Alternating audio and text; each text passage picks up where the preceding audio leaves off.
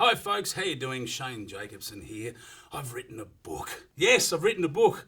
I'm repeating that because everyone that stops me in the street and asks me a few questions says, you should put that in a book. Well, I've done it. I've finally done it. Look, I've done projects that some of you would know. Kenny won Charlie and Boots, a film with Paula Hogan, hosted Top Gear. I do Top Gear live shows still with Jeremy Clarkson.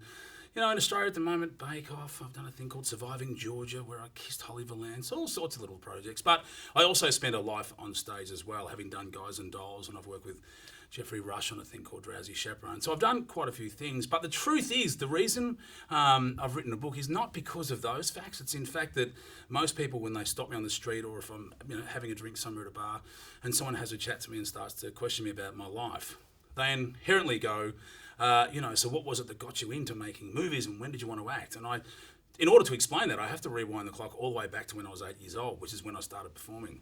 But in having those chats, I explained to people, that was when I was a lighting guy. That was when I was a pyrotechnician. You're a pyrotechnician? Yeah, I worked for Guns N' Roses and Bon Jovi and AC/DC and bands like that. But I was a moving light operator. I did moving light operating for Safeway New Faces with Bert Newton. And then I explained, but that was when I was doing rigging, and that was when I was selling dental supplies. And people do constantly go, hang on, you sold medical, you're a pyrotechnician, you're a lighting guy? And I have forever been told, you just should put that in a book. And I used to laugh. The laughter stopped now, because I've written a book. So if you want to find a lot more, the book is called The Long Road to Overnight Success, which it truly has been. And it has that title because to a lot of people, I burst on the scene in their mind when me and my brother made the film Kenny. But for us, it was a much longer journey than that film coming out. So it's a good read. I like to think it is. Anyway, buy a copy. Have a look. Did I tell you about... No, you'll have to read it in the book. What was that? Come back. Why am I coming back? To answer questions. All right. What do you got?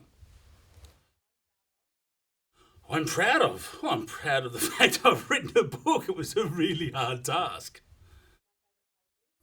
My favourite place is, it's when I found out that I'd finished the book. Now, my favourite place is home, to be honest, with the family. I'm scared of when I go home and I can't see the kids because they're hiding somewhere in that house and they've probably got something sharp. Find the kids in the cupboard with something sharp. Actually, no, I should. The most dangerous thing I've done, well, it's in the book, and I'm not, see, now I just sound like I'm flogging the book, but it is in the book. I've done many things. I've jumped out of aeroplanes, done fireworks, and stood beside an exploding volcano, walked Dakota Trail, done all those sort of things.